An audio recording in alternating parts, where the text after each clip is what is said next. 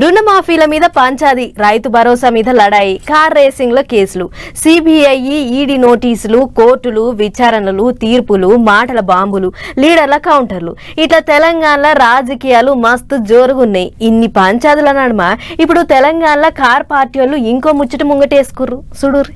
ఓ రోజు కేసులు నోటీసులు విచారణలు అవుతుంటే ఇంకో రోజు రంగారెడ్డి జిల్లాలో షాబాద్లో కార్ పార్టీ వాళ్ళు పెట్టిన రైతు దీక్షల కాడికి పోయిండు కార్ పార్టీ ముఖ్య లీడర్ కేటీఆర్ సారు.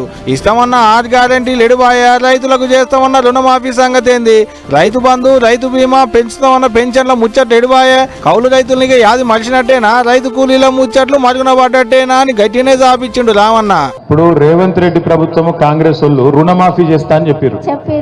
మీకు లోన్ ఉన్నదా? 54,000 సార్, కాలేదు. 54,000 లోన్ ఉన్నది, మీకు కాలేదు.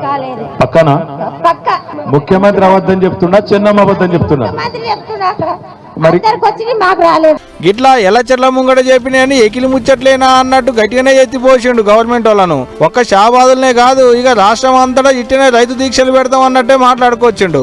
ఏమెందుకు పెట్టినాం ధర్నా మనం? ఎందుకు పెట్టినామంటే షాబాదులో ఇది ప్రారంభం మాత్రమే, రాష్ట్రం అంతా పెడతాం. ఏమని పెడుతున్నాం ఇవాళ మనం?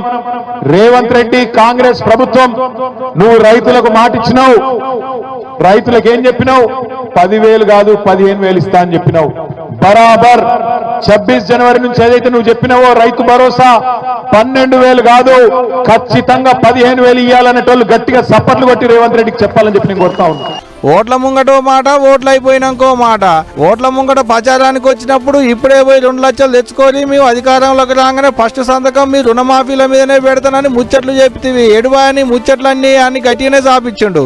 రైతు భరోసా కింద ఇస్తామన్న ఎకరానికి 15,000 ఎప్పుడు ఇస్తారో చెప్పాలనుకొచ్చిండు. అంతేకాదు రైతులకు ఇస్తామన్న రైతు బంధు పైసల్ని ఎగ్గొడుతుండాట. ఇప్పటి వరకు రైతులకు సర్కారు ఎంత బాకులో లెక్కలు చెప్పుకొచ్చిండు. అంతకంటే మునుపు నువ్వే చెప్పినావు, డిసెంబర్ 3కు ముందైతే 5,000, డిసెంబర్ 3 తర్వాత అయితే 7,500 నువ్వే నరికినావు. మరి ఆ లెక్క తీస్తే ఈ రోజు ఒక్కొక్క ఎకరానికి సంవత్సరంలో రేవంత్ రెడ్డి ఎంత బాకీ ఉన్నాడు ఎరికేనా? ఒక్కొక్క రైతుకు ఒక ఎకరానికి 17,500 రూపాయలు చొప్పున బాకీ ఉన్నాడు.